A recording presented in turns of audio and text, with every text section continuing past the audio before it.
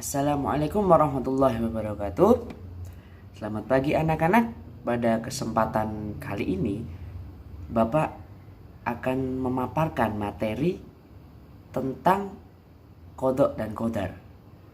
Nah, Bapak di sini tidak sendiri. Bapak bersama teman Bapak yang bernama Ibu Widya yang akan menjelaskan materi setelah Bapak.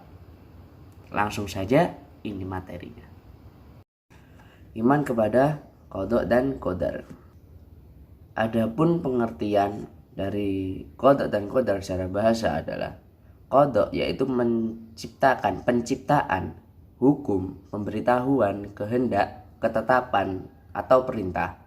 Sedangkan qadar secara bahasa adalah kepastian, peraturan dan ukuran. Masuk kepada pengertian qadha dan qadar secara istilah. Pengertian qadha secara istilah yaitu ketentuan atau ketetapan Allah Subhanahu wa taala dari sejak zaman azali tentang segala sesuatu yang berkenaan dengan makhluknya sesuai dengan iradah atau kehendaknya, meliputi baik dan buruk, hidup dan mati dan seterusnya. Sementara qadar secara istilah yaitu perwujudan ketetapan terhadap segala sesuatu yang berkenaan dengan makhluknya yang telah ada sejak zaman azali sesuai dengan iradahnya. Selanjutnya ada firman Allah Subhanahu wa taala tentang qadha dan qadar. Yang pertama ada pada surat Al-Qamar ayat 49 yang berbunyi Bismillahirrahmanirrahim. Inna kulla syai'in khalaqnahu biqadarin. Yang artinya sesungguhnya kami telah menciptakan segala sesuatu dengan ukuran atau ketentuan. Selanjutnya dari dalil dari qadha dan qadar ada pada surat Al-Hadid ayat 22 yang berbunyi Ma asaba min musibatin fil ardi wala fi anfusikum illa fi kitabim min qabli an nabra'aha inna dzalika ala Allahi yasir. Artinya tiada sesuatu bencana pun yang menimpa di bumi dan tidak pula pada dirimu sendiri melainkan telah tertulis dalam kitab Lauhul Mahfuz sebelum kami menciptakannya. Sesungguhnya yang demikian itu adalah mudah bagi Allah Subhanahu wa taala. Selanjutnya ada iman kepada qadha dan qadar. Iman itu artinya meyakini atau percaya terhadap sesuatu. Nah, jika iman kepada qadha dan qadar artinya adalah meyakini dengan sepenuh hati adanya ketentuan Allah Subhanahu wa taala yang berlaku bagi semua makhluk hidup sebagai bukti kebesaran kekuasaannya. Selanjutnya ada ciri-ciri beriman kepada qadha dan qadar. Orang yang beriman kepada qadha dan qadar akan memiliki ciri-ciri sebagai berikut. Yang pertama, ia tidak akan bersikap sombong dan takabur ketika mencapai kesuksesan atau keberhasilan. Yang kedua, tidak mudah putus asa jika menemui kegagalan. Yang ketiga, merasa yakin bahwa kesuksesan dapat didapat semata-mata berkat karunia dan pertolongan dari Allah Subhanahu wa taala. Yang keempat, bersabar dalam menghadapi ujian dari Allah Subhanahu wa taala. Yang kelima, tawakal dan berdoa kepada Allah Subhanahu wa taala atas segala usaha yang telah dilakukannya. Dan yang nomor 6, tidak meminta pertolongan kepada selain Allah Subhanahu wa taala. Selanjutnya masuk kepada hubungan qadha dan qadar. Nah, qadha dan qadar ini mempunyai hubungan yang sangat erat. Ibaratnya hubungan antara rencana dan pelaksanaan rencana tersebut. Nah, qadha adalah rencana dan ketetapan Allah Subhanahu wa taala, sedangkan qadar adalah akan selalu sesuai dengan qadha-nya. Artinya perbuatan Allah akan selalu sama dengan apa yang telah direncanakan atau ditetapkannya. Nah, mengenai qadha dan qadar ini tidak ada yang mengetahuinya kecuali Allah sendiri. Oleh karena itu, setiap makhluk harus selalu berusaha dengan sebaik mungkin dan memohon kepada Allah Subhanahu wa taala agar diberi nikmat kebaikan dalam kehidupan dunia dan akhirat. Baik, Materi selanjutnya yaitu mengenai tentang takdir. Tadi kan sudah dijelaskan oleh Pak Anis mengenai qada dan qadar. Jadi, gabungan antara qada dan qadar itu disebut dengan takdir. Nah, apa itu iman kepada takdir?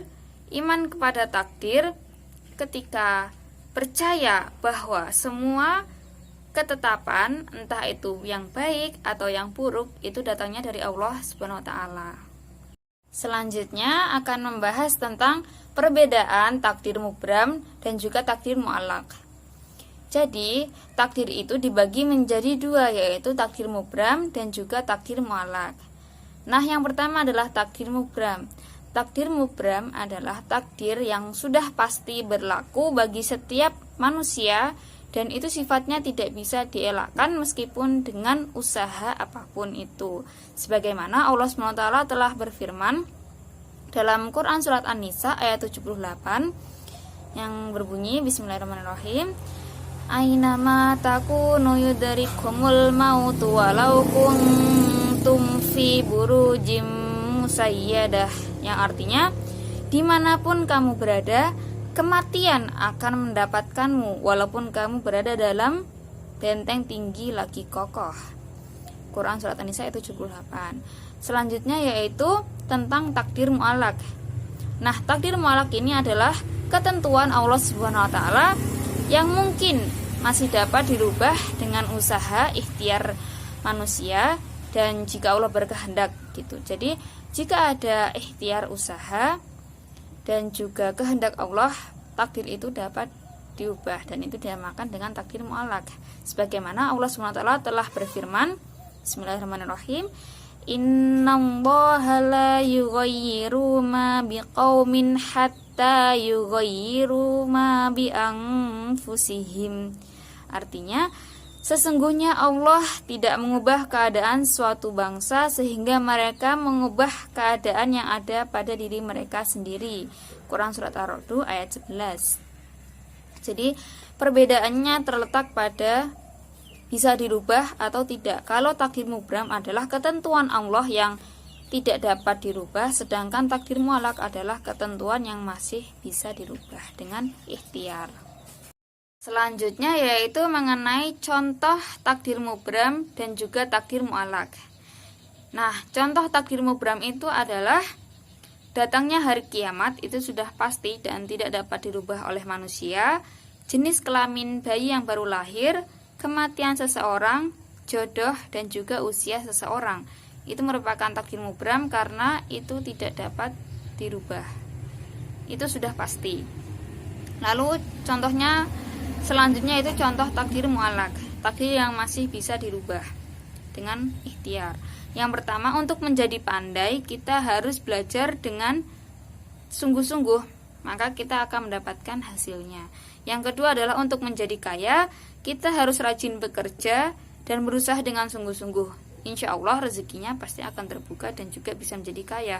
Yang ketiga, untuk menjadi sehat, tentu saja kita pasti berusaha berikhtiar untuk menjaga kesehatan dan juga menjaga kebersihan. Jadi seperti itu contoh takdir mubram dan juga mu'allaq.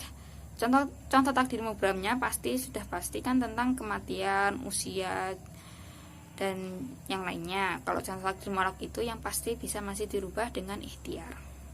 Selanjutnya yaitu tentang dalil naqli, qada dan qadar. Yang pertama itu ada surat Al-Hijr ayat 5 yang berbunyi, Bismillahirrahmanirrahim, Ma tasbiqu min ummatin ajalaha wa ma yastakhirun. Yang artinya, tidak ada satu umat pun yang dapat mendahului ajalnya dan tidak pula dapat mengundurkannya. Lalu yang kedua surat Al-Ankabut ayat 62. Bismillahirrahmanirrahim. Allahu yabsutur rizqa liman yasha'u min ibadihi wa yaqdiru lah. Innallaha bikulli syai'in alim. Yang artinya Allah melapangkan rezeki bagi siapa yang dikehendakinya di antara hambanya. dan Dia pula yang menyempitkan baginya. Sesungguhnya Allah maha mengetahui segala sesuatu. Nah, apa maksud dari dalil nakli yang telah disebutkan? Jadi, maksud dalil nakli tentang qada dan qadar yang dalil pertama yaitu tentang Quran Surat Al-Hijr ayat 5. Quran Surat Al-Hijr ayat 5 menjelaskan bahwa ajal manusia sudah ditetapkan oleh Allah SWT. Tidak ada satu makhluk pun yang dapat mendahului ataupun mengundurkannya. Jadi, jika sudah ajal itu sudah ditetapkan, maka makhluk itu pun tidak bisa menghindarinya. Lalu, yang kedua, Quran Surat Al-Ankabut ayat 62. Dalam ayat tersebut dijelaskan bahwa Allah melapangkan dan menyempitkan rezeki bagi siapa yang dikehendakinya. Orang yang mau berusaha dan juga berdoa untuk memperoleh rezeki tersebut, pasti Allah akan rubahkan tentang takdirnya. Jadi masih bisa diusahakan seperti itu. Selanjutnya yaitu materi mengenai hikmah beriman kepada qada dan qadar. Jadi beriman kepada dan qadar itu memiliki hikmah. Hikmah yang pertama adalah membangkitkan rasa perlunya berusaha dan juga perlunya bertawakal. Mengenai tentang takdir mutlak tadi, setiap manusia pasti juga akan merasakan bahwa dia perlu berusaha. Setelah berusaha, dia akan bertawakal.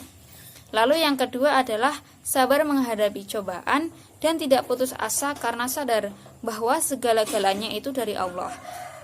Dia ketika menghadapi masalah, musibah, dan juga cobaan pasti tidak akan putus asa karena dia yakin bahwa itu semua ketetapan dari Allah. Lalu yang ketiga adalah tidak sombong dikala berhasil dan tidak berkecil hati dikala gagal. Karena semua ketetapan itu dari Allah, dia yakin bahwa semua ini pasti ada hikmahnya. Jadi dia tidak sombong dikala berhasil dan juga tidak berkecil hati dikala gagal. Yang keempat adalah sabar menerima kenyataan sehingga terhindar dari sifat iri dan dengki. Ketika orang yang beriman, dia percaya bahwa segala ujian itu harus dihadapi dengan kesabaran dan juga menghindarkan diri dari sifat iri dan dengki. Yang kelima adalah meningkatkan kesabaran, ketakwaan dan juga hidup istiqomah. Itulah hikmah dari beriman kepada qada dan qadar. Ya, itu tadi materi tentang qada dan qadar yang alhamdulillah telah selesai disampaikan oleh Bapak dan rekan Bapak, yang insya Allah dapat diambil hikmahnya, dapat diambil positifnya, dapat diambil ilmunya, walaupun cuma sedikit, tapi insya Allah barokah. Ya, terima kasih. Sampai di sini dulu. Bapak mewakili rekan Bapak pamit. Assalamualaikum warahmatullahi wabarakatuh.